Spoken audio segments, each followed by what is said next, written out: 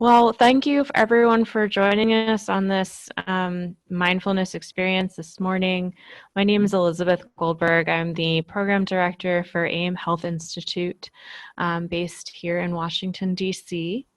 AIM envisions a world in which everyone has access to the healthcare they need.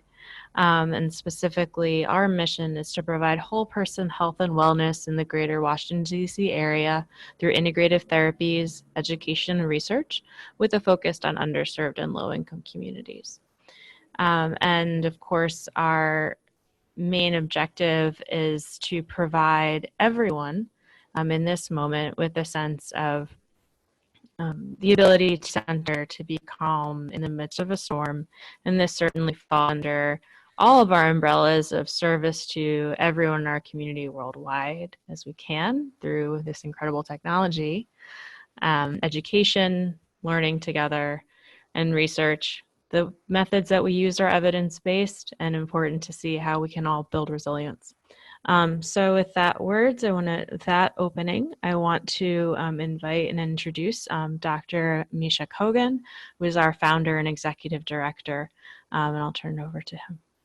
So I'm sitting right now right next to our hospital, which is George Washington University Hospital. I'm in my clinic across the street, hospital seemingly operating as usual, but there are already cases inside. So, I feel the energetic vibration of the uncertainty and anxiety through all the emails, just like everybody else. And so we felt that it's quite important in this time of uncertainty that we not only start practicing together basic core balancing and centering exercises, but also have an open forum to allow each other to express the concerns and share the issues that we feel hot and kind of in the moment acutely um, not only disturbing us, but also how we're going to solve some of these issues going forward. So with that, part of my personal life, I have been doing certain spiritual practices for a long time. And in that domain, one of the core principles of working with our own bodies and our own minds is really a breath work. And I'm going to tell you just a word or two before we go into practice, but you can all relate to the fact that breath is one thing we always have control of, even when things go quite not the way we want them and make us anxious. Breath is not only centering, but it also can be served as kind of a two-way street of control of our responses to the stimuli around us. Breath will regulate our nervous system if we correctly apply it. It can also be a very important center of attention so that we don't allow our racing mind to take over. So with that, I see that a lot of us have joined. We have now over 20 people on our conference right now. So with that, I'm going to invite us all to start doing a basic practice. It's called elemental breath technique. It's a balancing technique that starts with the earth element. So I suggest that you all find a comfortable position in a chair or wherever you're sitting, if it's on the floor. Try to keep your back straight and close your eyes if it helps. You don't have to, but if it's comfortable for you, I invite you to close your eyes. And the first breath, we begin with inhaling and exhaling through our nose. And it's a deeper breath than usual of equal pace. Your inhale through the nose and exhale through the nose have similar length. And this is a breath of an earth. Earth is our mother. She holds us. She allows us to be most grounded, to allow our energy of uncertainty and anxiety to be grounded physically. And if it helps, you can imagine drawing the breath through your nose from the earth up your body. And then when you exhale, return it back to the earth. And when you return it back, if there are any thoughts, impressions, anything that you would like to let go of, you can release it into the earth.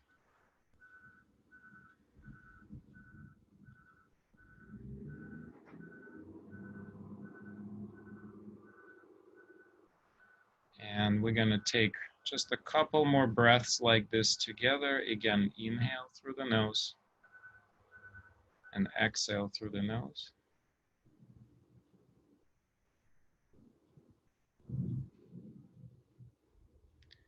And now we're going to move to the next element, and the next element is water. The breath is we inhale through the nose and we exhale through our mouth.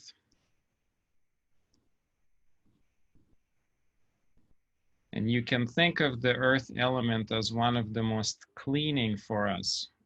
The shower you take, the way you wash your hands, it's extremely applicable in the moment of COVID right now. We all need to wash our hands frequently. And so water is a most universal cleaning element.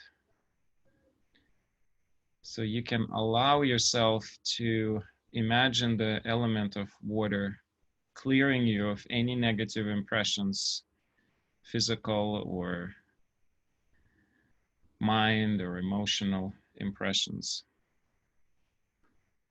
If it helps you, if you're a visual person, you can imagine standing under the waterfall, letting your body being washed. And again, inhale through the nose and exhale through the mouth.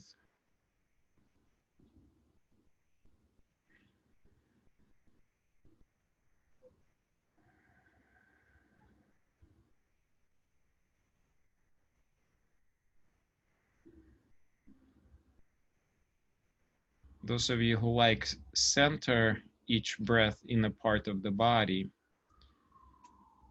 you can think of centering in the belly and letting the flow of water clean the belly center. So let's take 2 more breaths together here. Inhale through the nose and exhale through the mouth.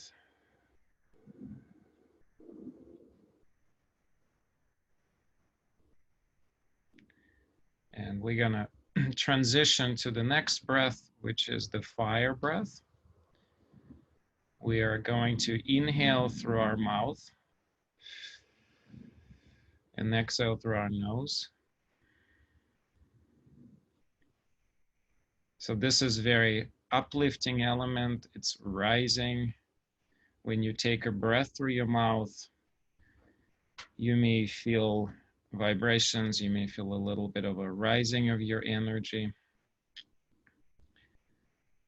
Fire is one of the most cleaning elements for our mind and for our emotion. It can allow us to burn anxieties and fears and anger. And when you exhale through the nose, you can let that smoke of the impressions leave your body.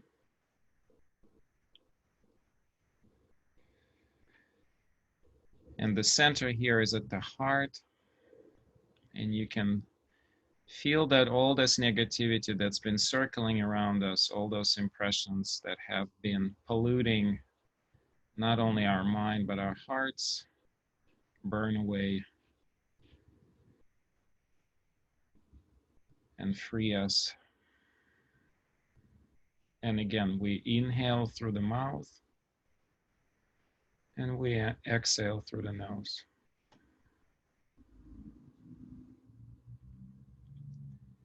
And let's take 2 more breaths together.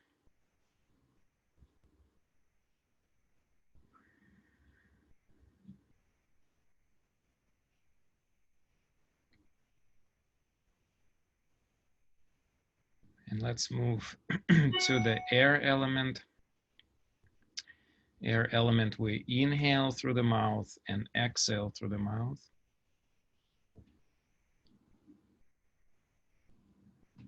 The air element is always moving. Its center is in the throat.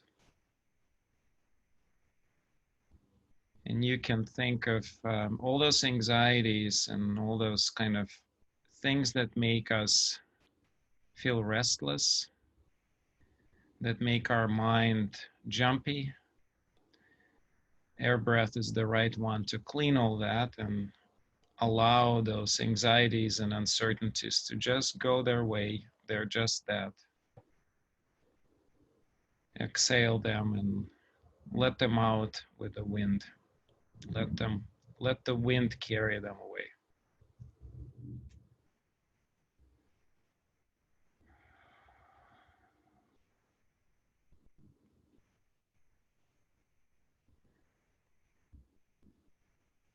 And let's take 2 more breaths together. Inhale through the mouth and exhale through the mouth.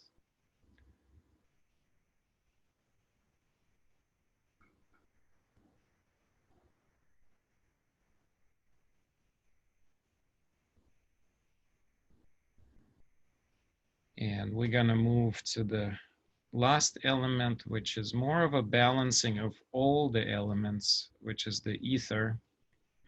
And you can either inhale through the nose and exhale through the nose, or inhale and exhale through both mouth and the nose.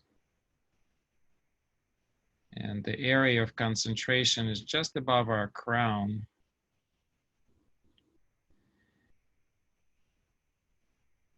And you can think of all this practice getting balanced and allowing all the elements to come in harmony. And if you have a relationship with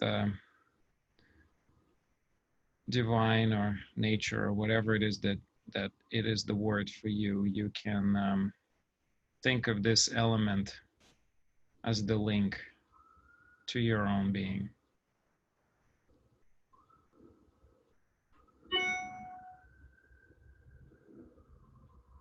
And let's take 2 last breaths together, inhaling and exhaling through the nose and mouth.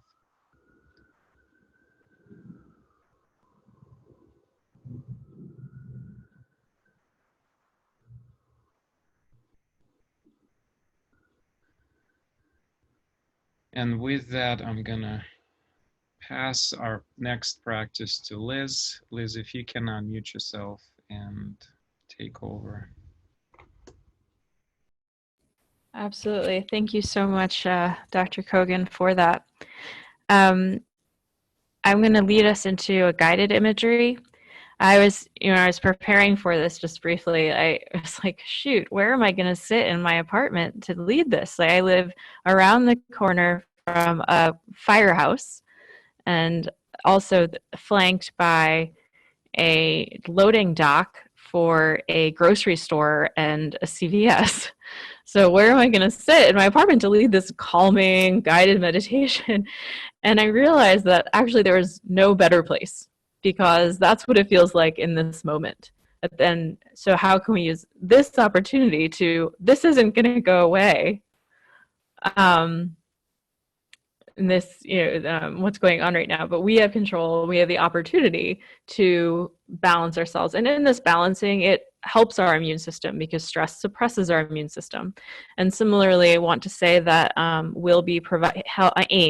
will be providing some immune boosting suggestions, ways to help yourself if you start to feel ill, or just to continue your own wellness through our website, healthaim.org.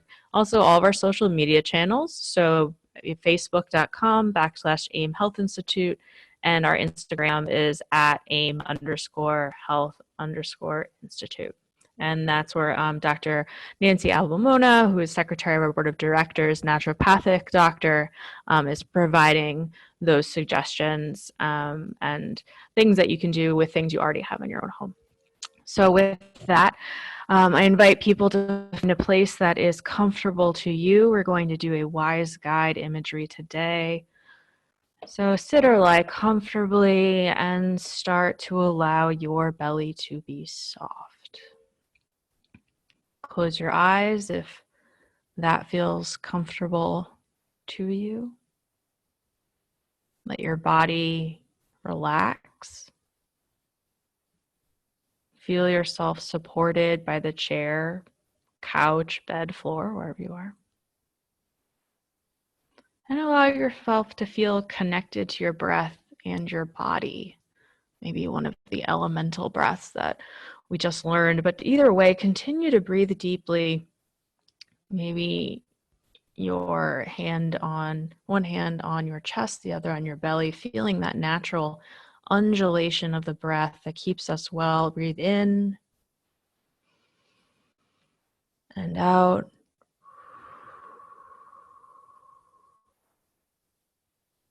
Relaxing a little more with each exhalation.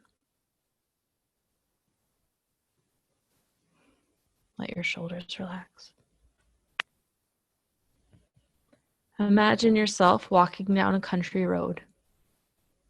What do you see, hear, smell, feel? What time of day is it? What's the light like? How does the air feel on your skin? Is it warm or cool?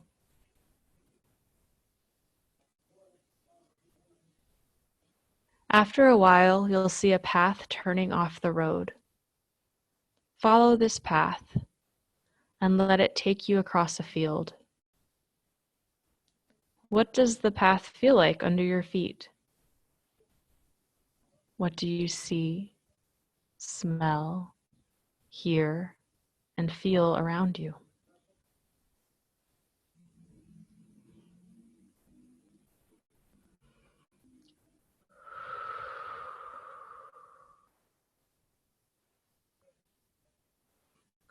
After a while, this path will turn into the woods. Follow it. What do you see, smell, hear, and feel now? How does the light and temperature change? After a while, the path begins to climb gently upwards. How does this feel on your feet? Is it gravelly? Is it smooth? Soon you'll hear and then see a stream off to the side. As you continue to walk, it will get lighter up ahead as the path approaches a clearing. Continue on the path into the clearing. Enjoy the space. What do you see, feel, hear, and smell?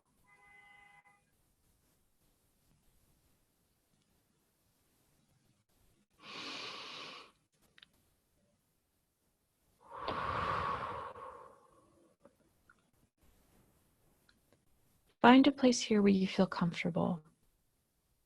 Make yourself at home. As you're sitting, standing, or lying down in this clearing, your guide will come to you. Perhaps as a wise old man or woman, a mythological being, an animal or creature you've never seen before, a figure from a spiritual or religious text, someone you know, someone you don't. Welcome whoever or whatever comes. Introduce yourself and ask, what's your name?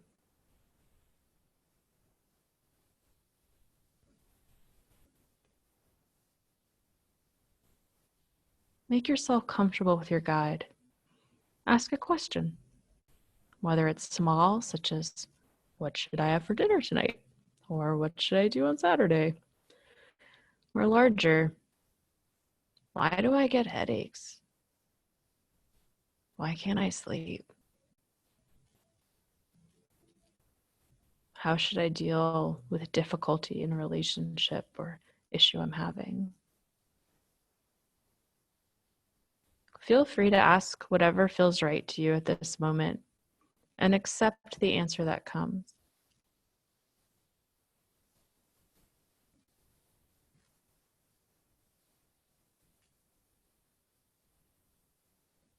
If you want to continue the conversation or ask for clarification or more information, feel free to do so.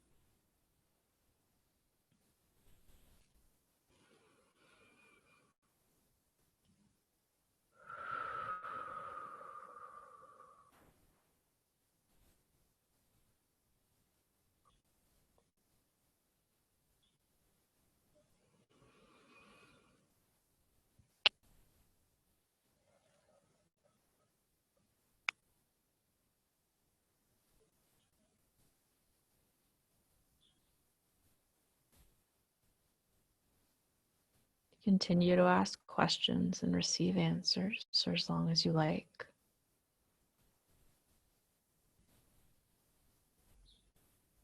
Whether or not you fully understand the answers you receive, accept what comes.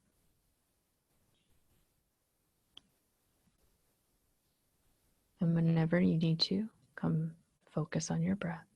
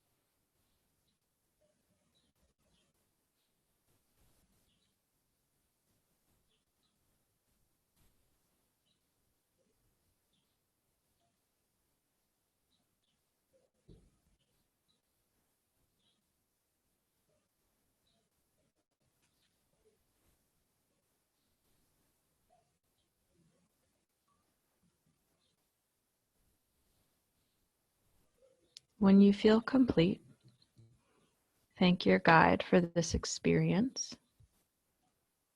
Say goodbye and prepare to depart, knowing that you can always return and your guide is always available to you.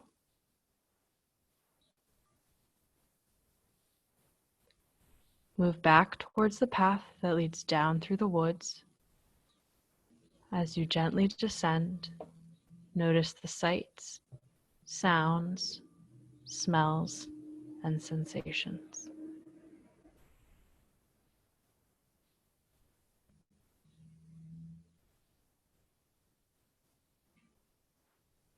Once again, hear the sound of water and see the water running down the mountain. Walk down through the woods until you get to the bottom and see the opening into the field. Gentle. Relax your shoulders. Walk across the field, noticing the light, the sounds, the smells, the temperature, the feeling of the air on your body.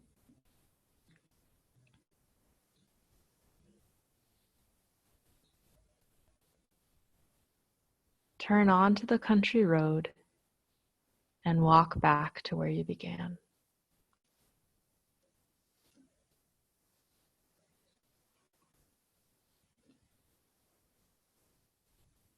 Now feel yourself back in your room, on your chair, couch, or floor,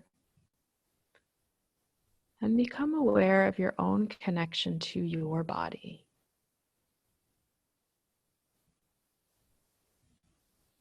Breathe deeply with a soft belly and relaxation in your muscles.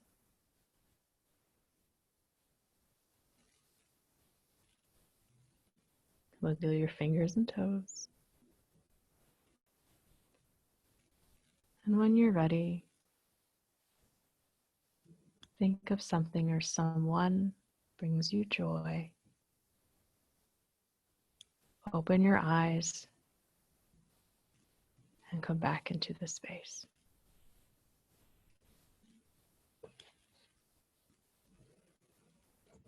Thank you so much, everyone. Thank you for being on this journey. Thank you, Liz. If it's helpful, I recommend journaling a little bit about how it feels, maybe what you may have noticed if there's any shift. And of course, your wise guide in this journey, should it be helpful for you, is always available to go back. So I also just noticed right outside my window some birds chirping. It's a really lovely reminder. And so I'm going to turn this back over to Dr. Kogan. We're going to talk a little bit on, from a holistic perspective, some preparedness, and in addition to this type of immune boosting, what else is available to you. So I'll turn it over to him. Yeah, so I'll try to keep it pretty quick. When we start doing these meetings regularly, I think we'll do them a little longer, and we'll try to talk a little bit more about practical COVID-19 tools that we can all incorporate. So today I only want to mention two things, but I'm going to start with surprises, just a couple of things. So for example, one big news surprise to me, a week ago, I heard from a head of our infectious disease control that the virus only survives for about 10 hours on the metal surfaces. And today I read the study done in China and in Italy that actually says it's up to 2 weeks. So it kind of highlights that there's still a lot of unknown and unfortunately very mixed messages. And we basically, what I'm trying to say, that we should follow our standard precautions, which are gloves and masks, and whatever mask you can get. If you cannot get N95, that's okay. I recommend that nobody leaves the house without the mask and gloves, especially when you go to shopping or any place where you interact with surfaces that are not inside your house, just because there's no really possible way for you to assure that last 2 weeks there was no somebody who may have coughed and infected that surface. So that's issue number one. And that's a surprise. The second surprise is I have tasked staff at GW Center for Integrative Medicine to purchase a number of immune supportive supplements, just to realize that we did get some, but we very quickly learned that everything is sold out. So while I do think that zinc lozenges have the most evidence-based data to support use twice a day, whatever lozenge you find as a prophylaxis, I'm also quite aware that it's going to be hard to find them. The second thing would be, if you don't have a vitamin C and you just have a quality multivitamin, you can double the dose for next couple of weeks. It's unlikely you're going to overdose it, and at least you're going to get additional nutrients into your system this way. If you do have vitamin C, the recommendation is to take it together with zinc and to take 500 to 1,000 milligrams 2 or 3 times per day, spread out, and take them with some water and not on empty stomach. Vitamin C can be quite acidic. So those are the only 2 things I want to mention for today. And with that, we want to be very precise on time. So we would like to open this forum for questions for next 15 minutes. And Liz, can you tell us what the process for questions is? So just to, if you click that, there's going to be a text, and you're already going to see a few things there. Unfortunately, one of our participants, John, was not able to hear us because the software was outdated. But you can type your question there, or if you rather speak it, you can raise your hand and Liz will unmute. Well, let me, since we're waiting for questions, let me ask everybody, what do you think helps you to protect yourself right now? What have you been doing? If anybody would like to comment, one or two people before questions come. Oh, there is a question. Could you please repeat how long the virus may survive in the surfaces? So the current data that I'm going to go by, because it's actual clinical study rather than some random proposal, and that is that it's up to 2 weeks on metal surfaces in the plastic, and less on the more porous surfaces where virus can dry it up quicker and be inactivated. And also, interestingly enough, thank you. So copper can inactivate the virus much faster. The next question, if walking outside, how far apart from others, or is walking alone the best practice? If you're walking with a family member who you spend time with inside the house, it doesn't really matter because you're already exposed. But you should keep 6 feet apart from everybody outside. And otherwise, I don't really have specific recommendation. I suggest strongly that we all get out and walk in nature, especially because it's actually completely safe. This is not an airborne virus. What it means is you're not, unless somebody coughs in your face or sneezes, you're not going to pick up anything in the air. You're only going to pick up something if you touch the surface where the virus is on, and then put that, what didn't wash your hands, and then that hand goes into your nose or mouth. That's how most of the infection occur. Okay, so next question is, why is stress management especially important during this pandemic? So I'll give my answer, and then I'll invite Liz to add a little bit to that as well. Well, we're all going to feel very, not just stressed, I mean, that's understandable, but we're going to feel very uprooted. We're going to feel very unbalanced. We're going to feel that our routine that we usually have is going to start being challenged. And I suggest that the importance here of maintaining the practices, maintaining routine, and doing anything that allows us to release the stress, such as walking in the nature, grounding to earth, sleeping right. The importance is that the stress is one of the most destabilizing effects on, one of the most destabilizing things that occur to our immune system. And this virus currently does not have a proven treatment, despite whatever you see on internet. There's a lot of suggestive treatments, hydroxychloroquine, intravenous vitamin C, certain medications that have been used for quite a while in Europe. None of them are proven, and frankly, even if they are proven, I think many of them will not be easy to obtain. And more importantly, what we know for fact is that our own immune system determines the severity of response to the virus. So we have to do what we can, which is engage in the stress management. And Liz, could you add to this? And also, I know you have established a very effective COVID camp program in your house that is a very strict routine. So if you can speak to that too, I'd love to hear it myself.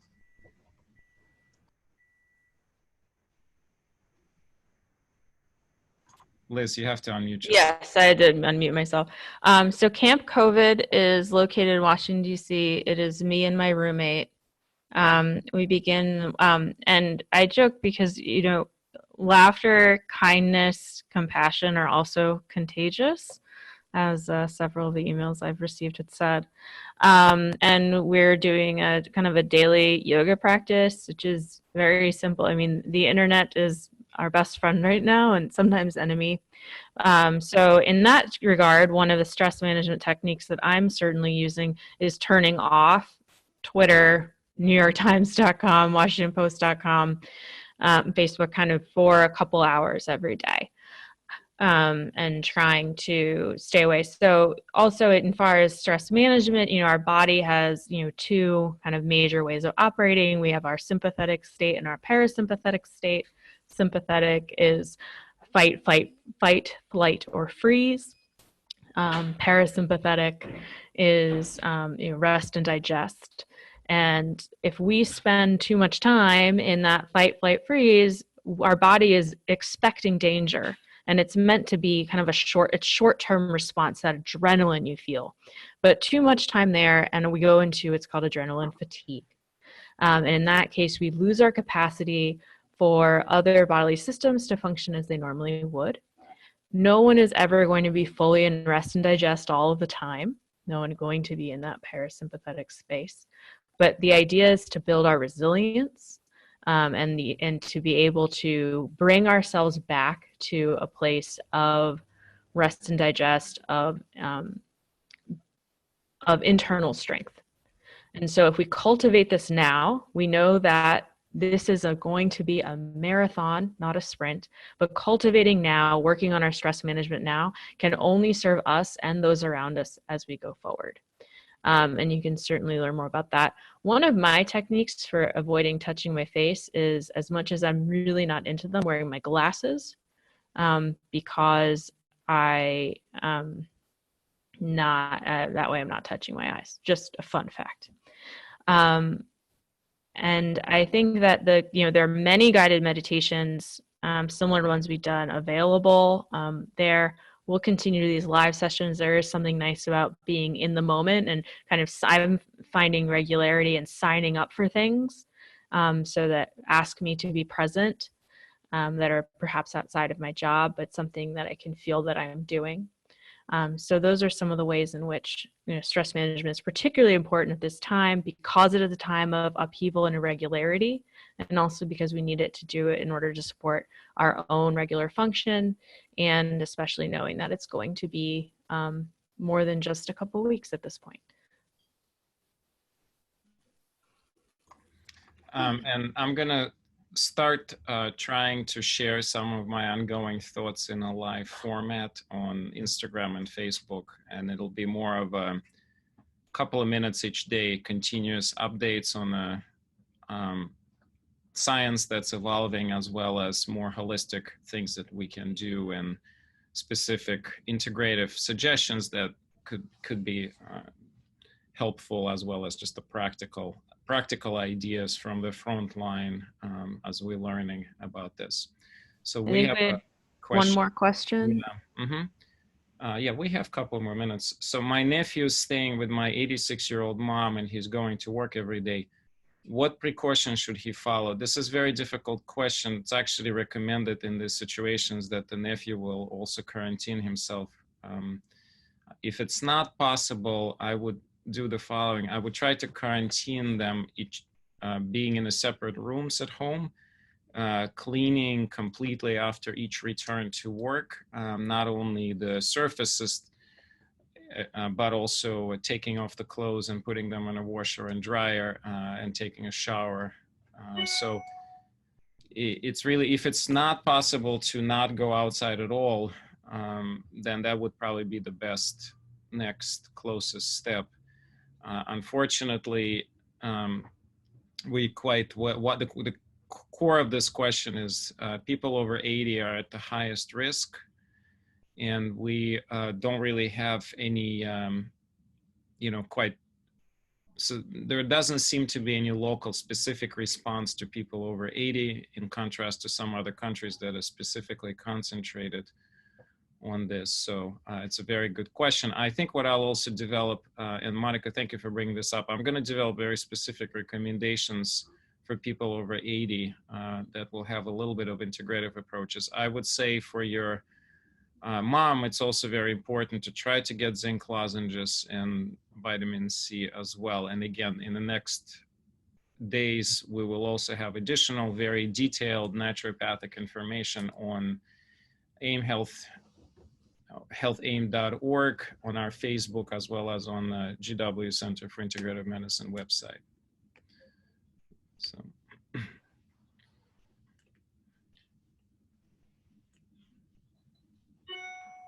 All right.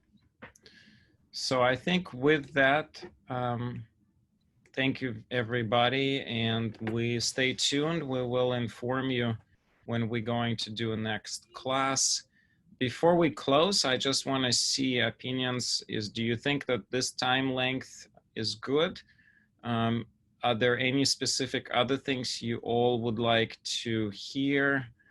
Should we change the ratio of time? Maybe you want to hear more practical information and a little bit less of a stress management, but we think that this format is something that we felt would be useful, so we decided to start with this. And you can type this up and I'll read it so that we don't speak all together.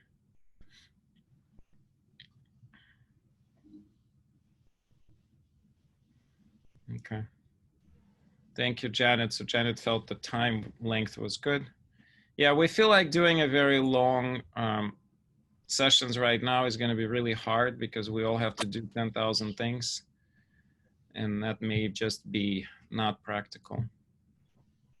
Yeah, and we can always change the format if there is a need arises.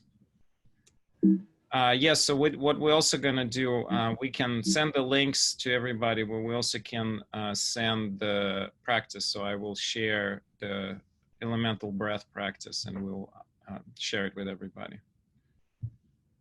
Okay, so start, the one suggestion is from Celia is to start with the health information and then do the meditation.